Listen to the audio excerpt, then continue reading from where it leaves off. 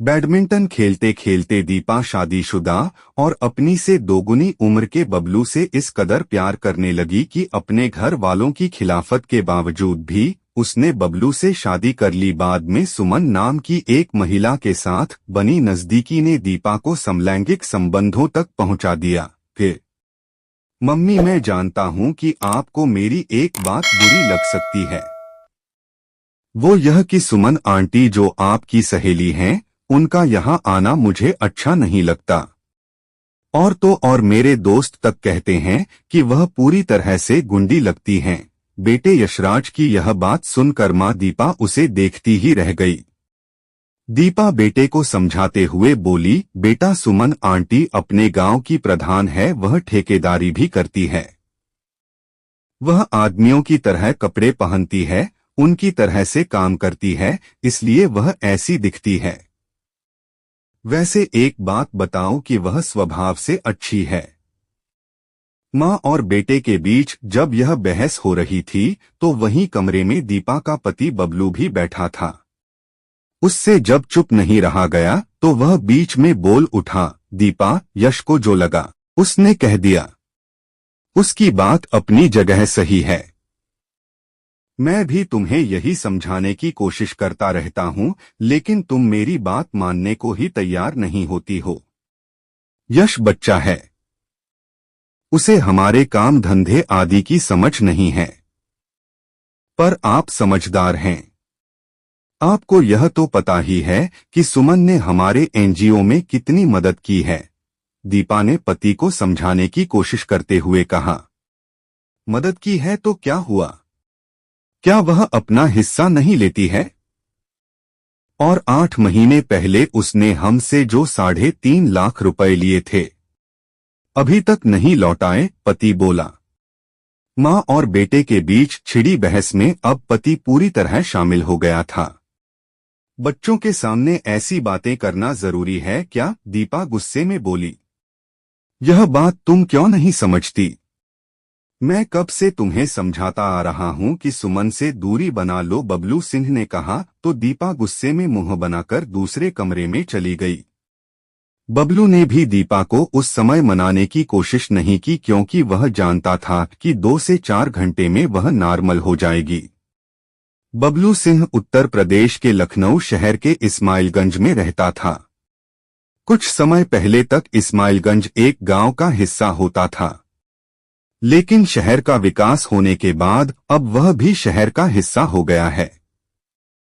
बबलू सिंह ठेकेदारी का काम करता था, इससे उसे अच्छी आमदनी हो जाती थी, इसलिए वह आर्थिक रूप से मजबूत था।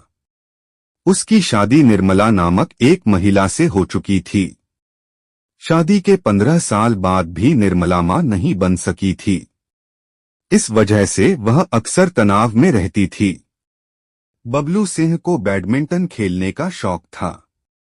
उसी दौरान उसकी मुलाकात लखनऊ के ही खजुहा रकाबगंज मोहल्ले में रहने वाली दीपा से हुई थी। वह भी बैडमिंटन खेलती थी। दीपा बहुत सुंदर थी। जब वह बंठन कर निकलती थी तो किसी हीरोइन से कम नहीं लगती थी। बैडमिंटन खेलते खेलते दोनों अच्छे दोस्त बन गए।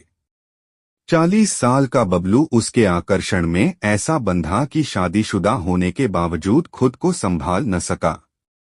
दीपा उस समय 20 साल की थी। बबलू की बातों और हाव भाव से वह भी प्रभावित हो गई, लिहाजा दोनों के बीच प्रेम संबंध हो गए। उनके बीच प्यार इतना बढ़ गया कि उन्होंने शादी करने का फैसला कर लिया।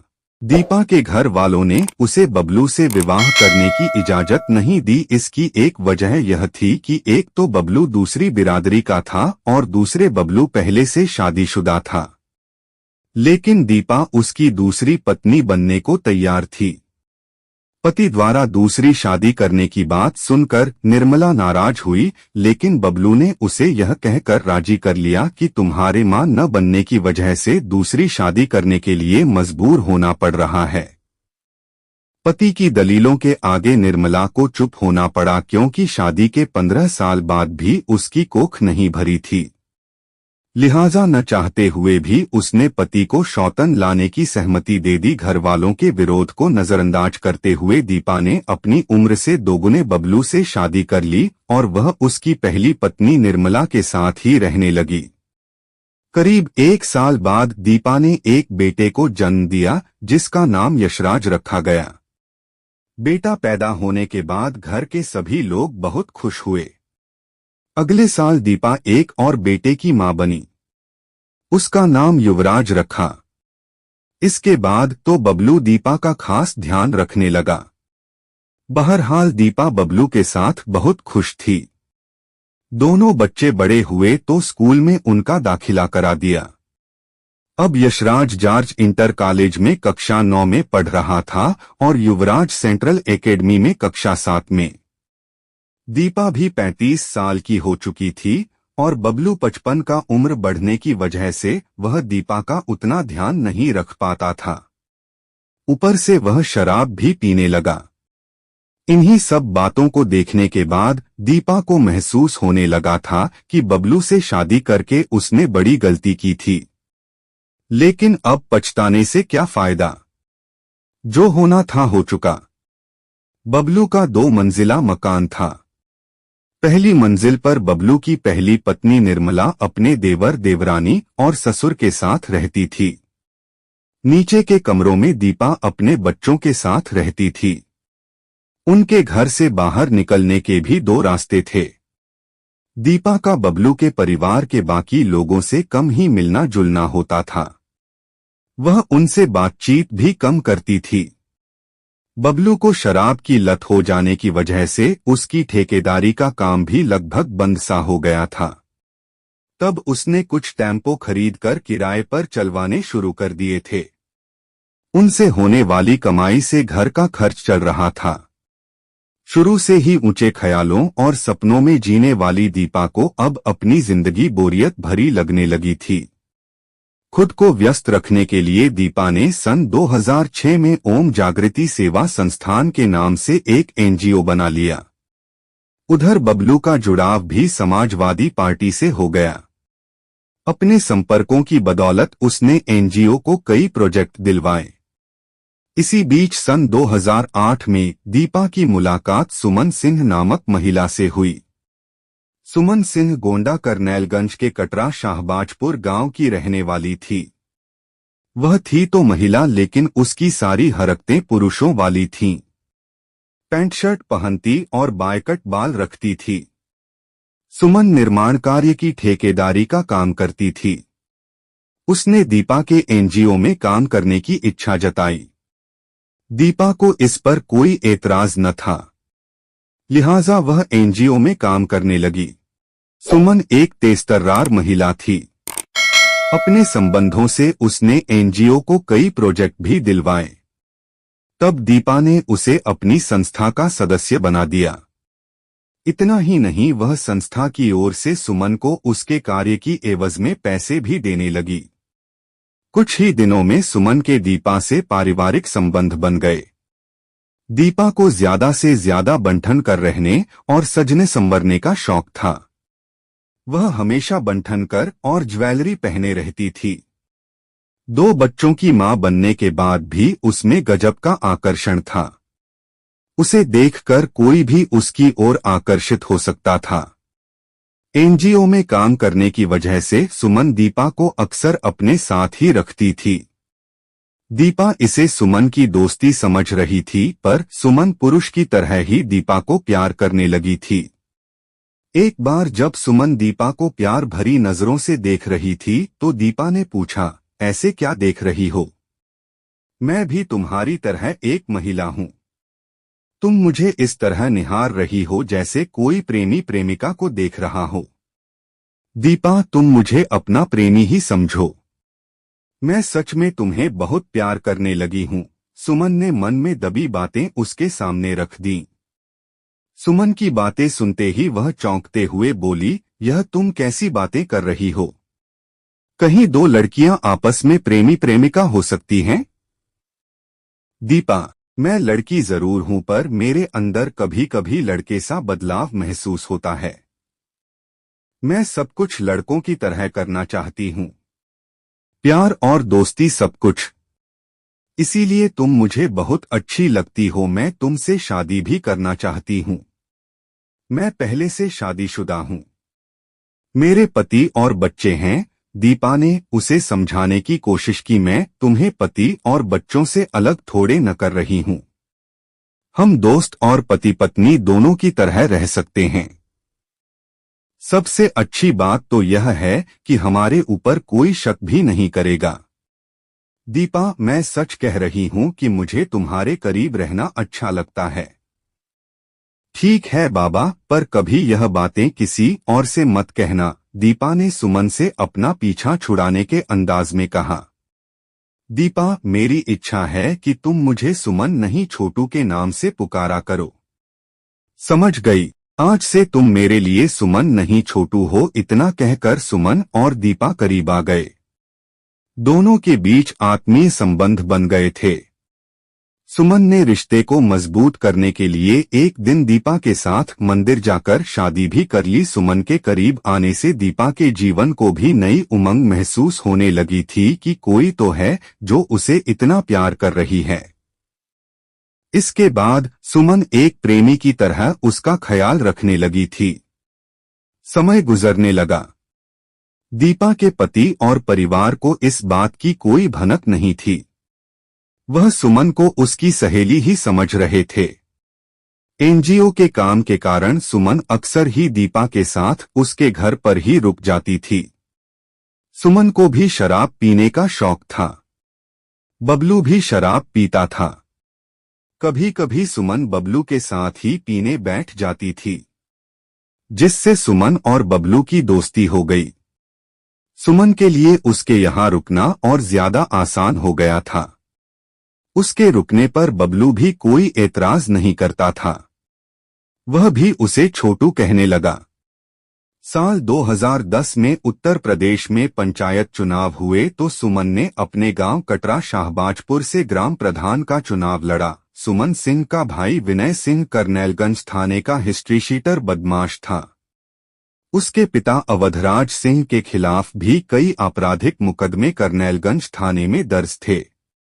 दोनों बाप बेटों की दबंगई का गांव में खासा प्रभाव था, जिसके चलते सुमन ग्राम प्रधान का चुनाव जीत गई। उसने गोंडा के पूर्व विधायक अजय प्रताप सिंह उर्फ लल्ला भैया की बहन सरोज सिंह को भारी मतों से हराया। ग्राम प्रधान बनने के बाद सुमन सिंह सीतापुर रोड पर बनी हिमगिरी में फ्लैट लेकर रहने लगी। सन 2010 में प्रदेश में समाजवादी पार्टी की सरकार बनने के बाद उसने अपने संबंधों की बदौलत फिर से ठेकेदारी शुरू कर दी। अपनी सुरक्षा के लिए वह .32 mm की लाइसेंसी रिवाल्वर भी साथ रखने लगी। उसकी और दीपा की दोस्ती अब और गहरी होने लगी थी। सुमन किसी न किसी बहाने से दीपा के पास ही रुक जाती थी। ऐसे में दीपा और सुमन एक साथ ही रात गुजारती थीं। यह सब बातें धीरे धीरे बबलू और उसके बच्चों को भी पता चलने लगी थीं। तभी तो उन्हें सुमन का उनके यहाँ आना अच्छा नहीं लगता था। सुमन महीने में 20 से 25 दिन दीपा के घर पर रुकती थी। शनिवार और रविवार को वह दीपा को अपने साथ हिमगिरी कॉलोनी ले जाती थी। दीपा को सुमन के साथ रहना कुछ दिनों तक तो अच्छा लगा, लेकिन अब वह सुमन से उकता गई थी। एक बार सुमन ने दीपा से किसी काम के लिए 3.5 लाख रुपए उधार लिए थे। तयशुदा वक्त गुजर जाने के बाद भी सुमन ने पैसे नहीं लौटाए तो दीपा ने उससे तकादा करना शुरू कर दिया। तकादा करना सुमन को अच्छा नहीं लगता था, इसलिए दीपा जब कभी उससे पैसे मांगती तो सुमन उससे लड़ाई झगड़ा कर बैठी थी। 27 जनवरी 2014 की देर रात करीब 9 बजे सुमन दीपा के घर अंगुली में अपना रिवाल्वर घुमाते हुए पहुंची। दीपा और बबलू में सुमन को लेकर सुबह ही बातचीत हो चुकी थी। अचानक उसके आ धमकने से वे लोग पशोपेश में पड़ गए। क्या बात है छोटू, आज तो बिल्कुल माफिया अंदाज में दिख रहे हो, दीपा बोली। इसके पहले कि सुमन कुछ कहती, बबलू ने पूछ लिया, छोटू अकेले ही आए हो क्या? नहीं, भतीजा विपिन और उसका दोस्त शिवम मुझे छोड़कर गए हैं। कई दिनों से दीपा के हाथ का बना खाना नहीं खाया था।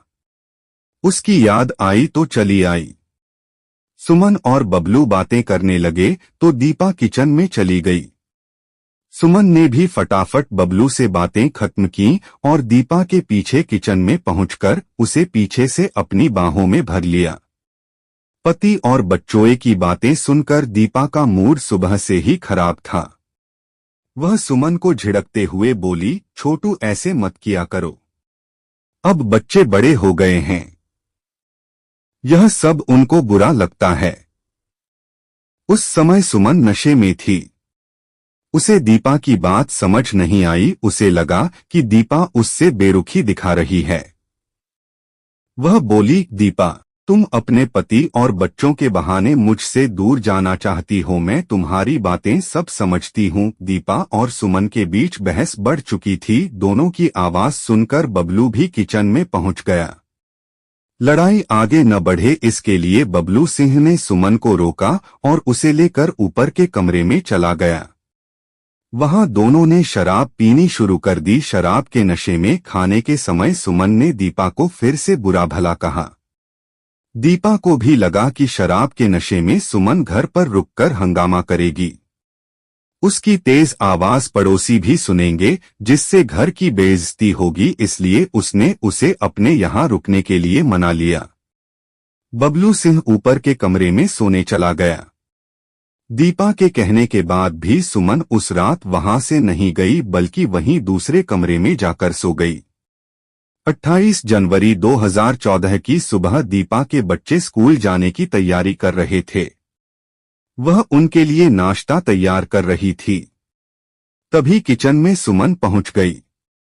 वह उस समय भी नशे की अवस्था में ही थी। उसने दीपा से कहा, मुझसे बेरुखी की वजह बताओ, इसके बाद ही परांठे बनाने दूंगी। सुमन, अभी बच्चों को स्कूल जाना है, नाश्ता बनाने दो, बाद में बात करेंगे। पहली बार दीपा ने छोटू के बजाय सुमन कहा था। तुम ऐसे नहीं मानोगी, कहकर सुमन ने हाथ में लिया रिवाल्वर ऊपर किया और किचन की छत पर गोली चला दी। गोली चलते ही दीपा डर गई। वह बोली, सुमन होश में आओ। इसके बाद वह उसे रोकने के लिए उसकी ओर बढ़ी। सुमन उस समय गुस्से में उबल रही थी। उसने उसी समय दीपा के सीने पर गोली चला दी। गोली चलते ही दीपा वहीं गिर पड़ी। गोली की आवाज सुनकर बच्चे किचन की तरफ आए। उन्होंने मां को फर्श पर गिरा देखा तो वे रोने लगे। बबलू उस समय ऊपर के कमरे में था। बच्चों की आवाज सुनकर वो और उसकी पहली पत्नी निर्मला भी नीचे आ गए। निर्मला सुमन से बोली, क्या किया तुमने? कुछ नहीं, यह गिर पड़ी है। इसे कुछ चोट लग गई है, सुमन ने जवाब दिया। निर्मला ने दीपा की तरफ देखा तो उसके पेट से खून बहता देख वह सुमन पर चिल्लाकर बोली, छोटू, तुमने इसे मार दिया। दीपा की हालत देखकर बबलू के आंसू निकल पड़े। उसने पत्नी को हिला डुला कर देखा, लेकिन उनकी सांसें तो बंद हो चुकी थीं। वह रोते हुए बोला, छोटू, यह तुमने क्या कर दिया? वह दीपा को कार से तुरंत राम मनोहर लोहिया अस्पताल ले गया, जहां डॉक्टरों ने दीपा को मृत घोषित कर दिया। चूंकि घर वालों के बीच सुमन घिर चुकी थी, इसलिए उसने फोन करके अपने भतीजे विपिन सिंह और उसके साथी शिवम मिश्रा को वहीं बुला लिया। तभी सुमन ने अपना रिवाल्वर विपिन सिंह को दे दिया। विपिन ने रिवाल्वर से बबलू के घरवालों को धमकाने की कोशिश की, लेकिन जब घरवाले उल्टे उन पर हावी होने लगे वे दोनों वहां से भाग गए। तब अपनी सुरक्षा के लिए सुमन ने खुद को एक कमरे में बंद कर लिया। बबलू के भाई बलू सिंह ने गाजीपुर थाने फोन करके दीपा की हत्या की खबर दे दी। घटना की जानकारी पाते ही थाना प्रभारी नोवेंद्र सिंह सिरोही, एसएसआई रामराज कुशवाहा, सीटीडी प्रभारी सब इंस्पेक्टर अशोक कुमार सिंह, रूपा यादव, ब्रजमोहन सिंह के साथ मौके पर पहुंच गए। हत्या की सूचना पाते ही SSP Lucknow Praveen Kumar, SP trans Gomti Habibul Hasan और सीओ गाजीपुर विशाल पांडे भी घटनास्थल पर पहुंच गए। बबलू के घर पहुंचकर पुलिस ने दरवाजा खुलवाकर सबसे पहले सुमन को हिरासत में लिया। उसके बाद राम मनोहर लोहिया अस्पताल पहुंचकर दीपा की लाश कब्जे में लेकर उसे पोस्टमार्टम हाउस भेज दिया। पुलिस ने थाने लाकर सुमन से पूछताछ की तो उसने सच्चाई उगल दी। इसके बाद कांस्टेबल अरुण कुमार सिंह, शमशाद, भूपेंद्र वर्मा, राजेश यादव, उषा वर्मा और अनीता सिंह की टीम ने विपिन को भी गिरफ्तार कर लिया। उनसे हत्या में प्रयोग की गई रिवाल्वर और सुमन की Alto car number UP 32 BL 6080 बरामद कर ली, जिससे ये दोनों फरार हुए थे।